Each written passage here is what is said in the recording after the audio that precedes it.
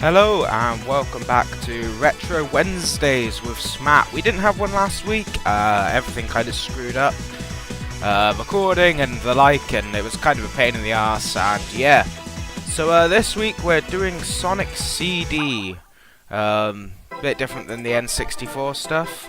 Now, first thing you see when we open up, we got Time Attack, Leaderboards and Achievements. I'm currently playing on the Steam port. I have played this before, not for very long. So we're going to start a new game for the sake of this video. Now the first thing that we see is this cutscene.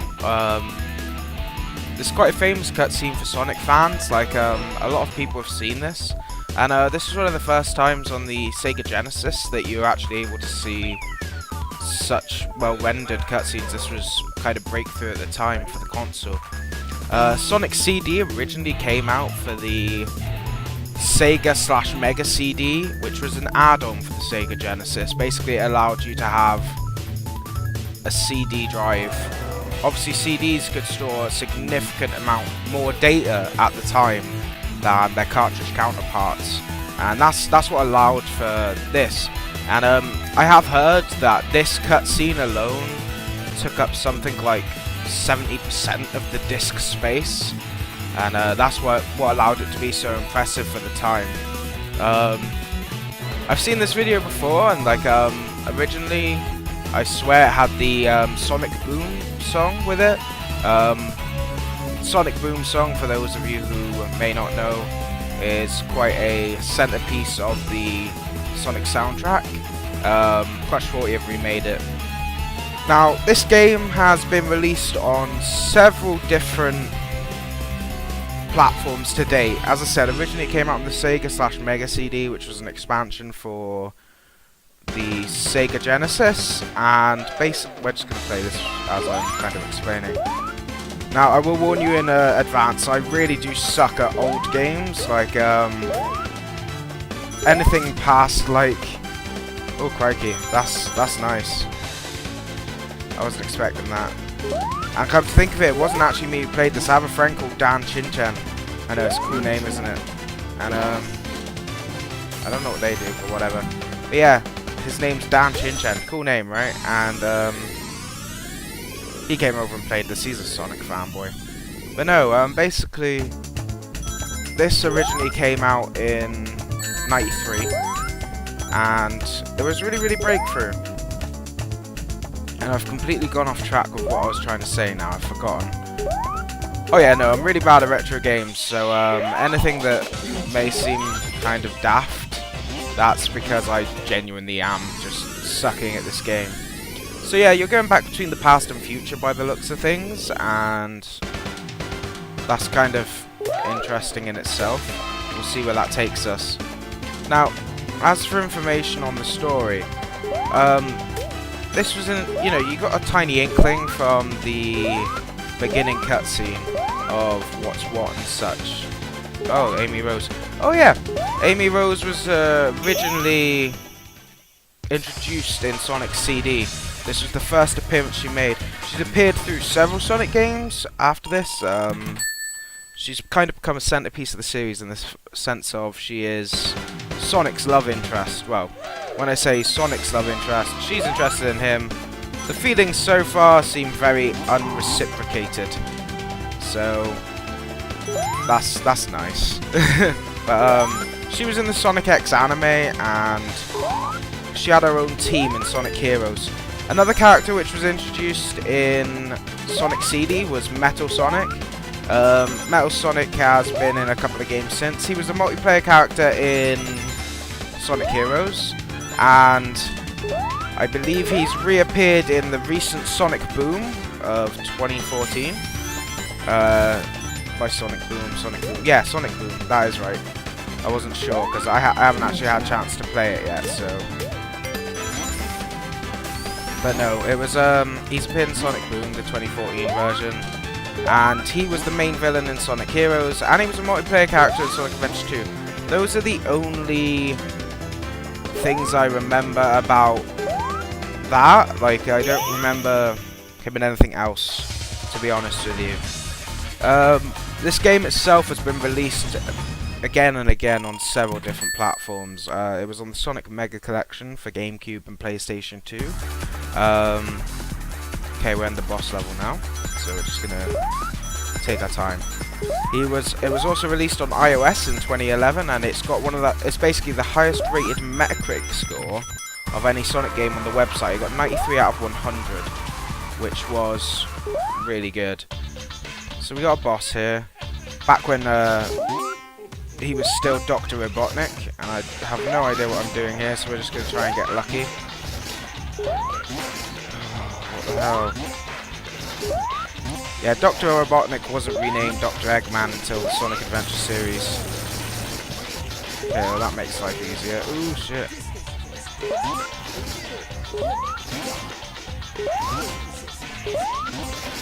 Okay, well I'm not getting through there. Anyway, yeah, so as I said, this has been released on many platforms now, and it just seems to keep getting released. It's, as I said, the highest Metacritic score on any Sonic game on anything, especially on Metacritic. Now, something that may be of interest is this was kind of put into the comics, because Sonic the Hedgehog, if you may not know, has its own comic book series. Now, that's good and stuff. I believe it was in 26 to 28 or something along those lines. And there's spikes and stuff. So where do I go? Oh, it's Metal Sonic. Okay, so we got to save Amy by the looks of it.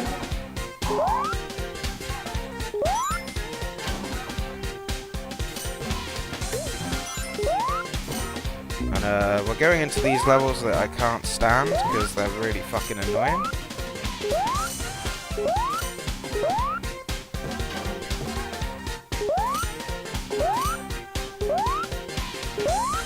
There we go. Just had to concentrate a bit to get out of there because I really hate things like that, so... Going back into the past may change things, I'm not sure. Anyway, no, that's where I was, and I completely forgot, like, towards the beginning of the video. The story behind this is basically Sonic is on the Little Planet, which is also known as the Miracle Planet.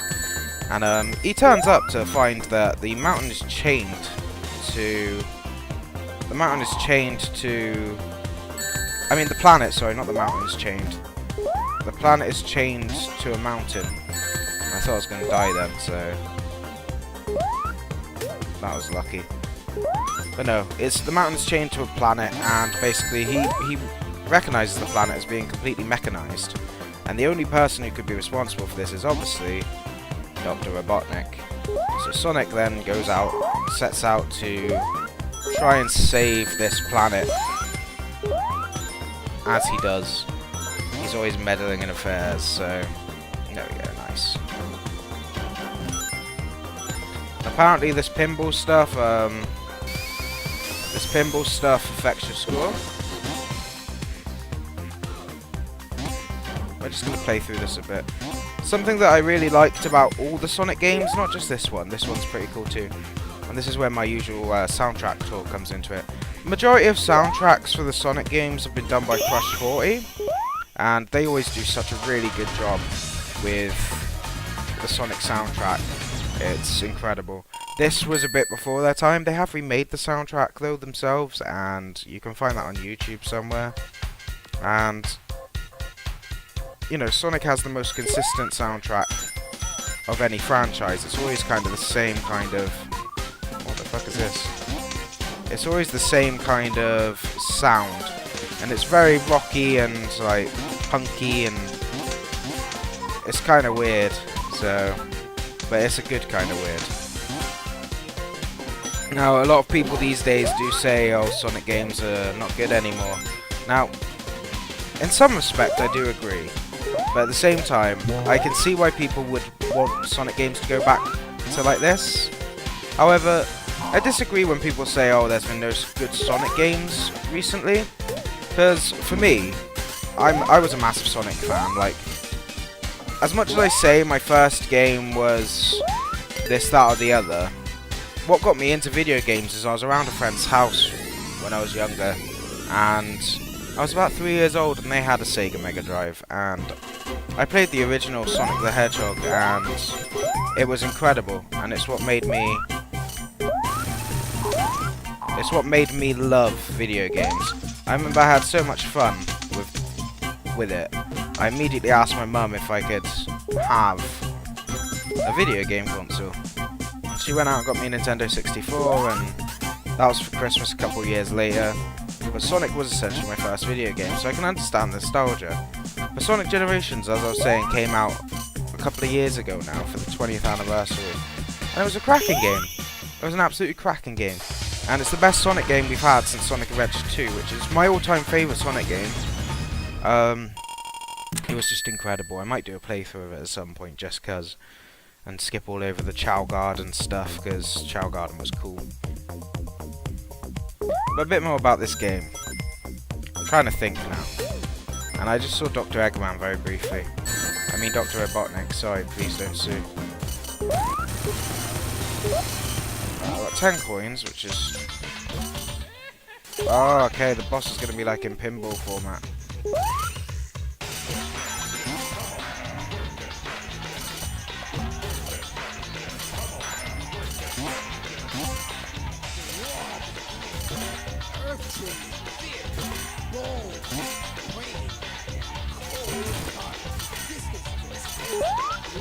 I must be missing something, because I'm really struggling here.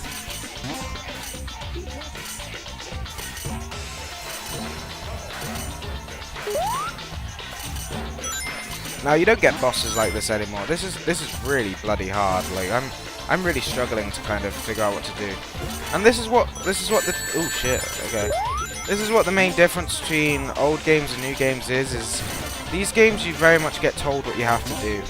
And this is why I think people may prefer maybe one of the reasons why people prefer retro games is you kind of have to learn by yourself, and it gives more of a challenge, and people kind of prefer that. Back down we go. There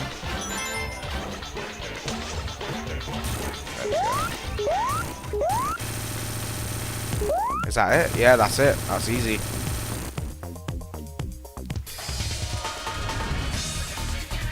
See, I don't really have like that great a knowledge on this game, so there's not really much I can say.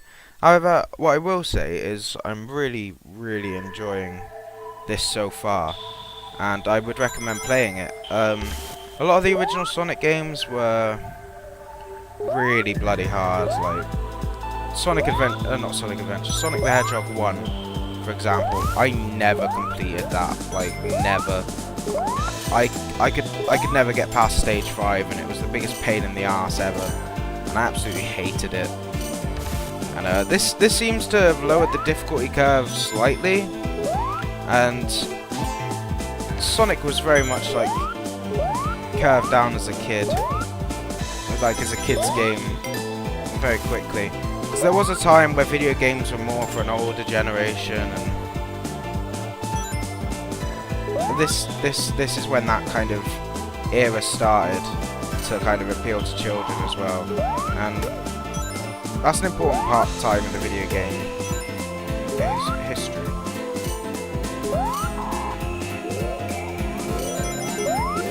I'm about to die, I think. Yeah, I drowned.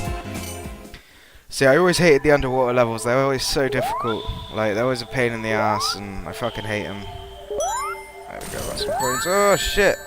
Fucking straight into the water again. And the spikes got me. And when I die, this video is going to be over, so... I've kind of run out of things to say at this point. It's more about the fact of just exploring together, which is what this channel was all about anyway. And this is good. It's all good. Currently playing this with a 360 controller. I try and avoid playing ports of games if I can. Like, for example, I am the biggest Zelda fan ever. And believe it or not, I have never played A Link Between Worlds. Not A Link Between Worlds. A Link to the Past. Now you may ask why. The reason for this being, I just want to play it in its original format, and I feel but that's the only way I can play such a critically acclaimed game. And I don't want to play it in any other way, you know. That's the way it was intended to play. And if you can get a copy of retro games like this on their original platform, then I'd go for it instead of playing a port, because that's the way they were originally intended to be played. Now, I remember at the time of this coming out, and I remember as a child, like, watching on TV, there was the Sonic cartoons, and they used to be on CITV, I think. CITV is a really old children's channel in the UK, and used to have a lot of cracking TV shows on, and a lot of my childhood was spent watching CITV. And what are these blue things, man? Like, I'm just gonna stay on the wall, I think. We're doing okay. It's all good. Take that bubble there. But yeah, I'd recommend playing this game. And time for the kind of review part of this, I guess. Sonic CD is very much like old Sonic games. If you played Sonic 1 and 2, it very much kind of follows the formula, and you know, if you enjoyed them, you're going to enjoy this a lot. Like, this was amazing. And I'm playing this now, and after this 20 minutes, I can honestly say I'm glad that I gave this a try. The soundtrack is very nice.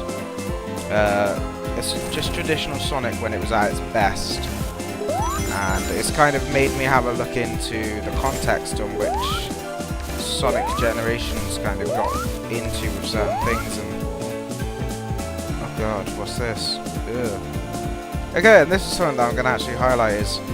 It's kind of puzzly in a way, I guess, and I just died. Basically, to cut this whole blabbering review shit out, if I had to give this a score out of 10, I would give it probably about an 8. Because I am enjoying it. However, the only things I will say is the jump feels a bit too responsive. And that's not something you hear me criticise too much. I like responsive things. But this feels a bit too responsive. The jump's very sensitive, and it's kind of frustrating. The level design is fantastic. I haven't got any gripes about that whatsoever. And it's very mazy and normal, sort of, if you know what I mean. I can see why it was so big at its time, and why it's critically acclaimed as a game. Any other gripes I have, really? I just hate underwater levels. Does that count? Yes, Water Temple Ocarina of Time, I am looking at you. I don't really have any other gripes except the sensitivity, really, and that's about it.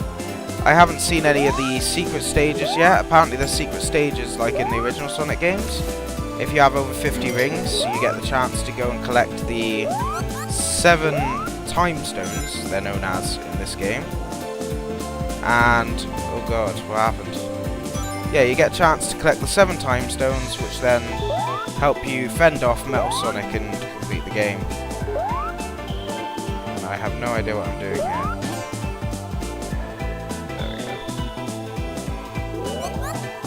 There we go, got some now. So yeah, I'm going to give this an 8 out of 10. Sorry to any of you who may not be happy with the perfect 10. But that's that. We're going to finish this boss, and I think we'll call it a day.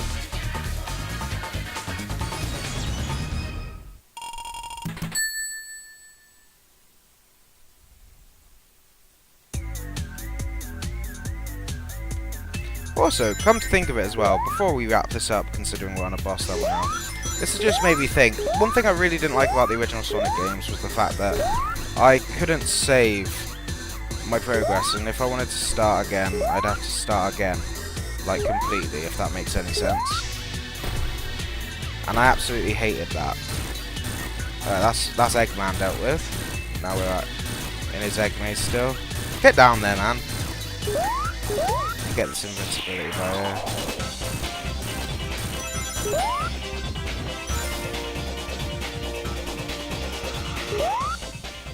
Oh, I've been hijacked. Okay. Ambushed would be a better word.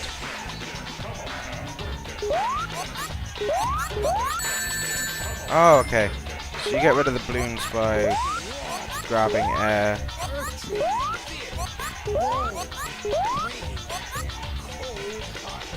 And avoiding that. Back when boss battles were challenging. Although this is quite straightforward, really.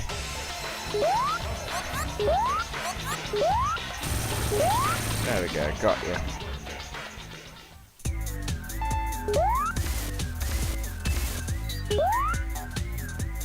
Well, on the topic of Sonic, there's a couple of other games I'd recommend going and getting, maybe. Sonic Advance 1 and 2 was awesome.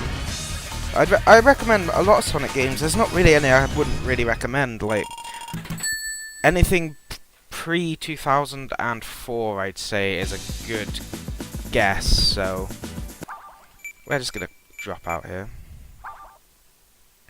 How do I save my progress? Because that was my gripe. Yeah, you couldn't save your game before, and you'd have to start again. And this, apparently, there's a save option, but I don't know where it is. So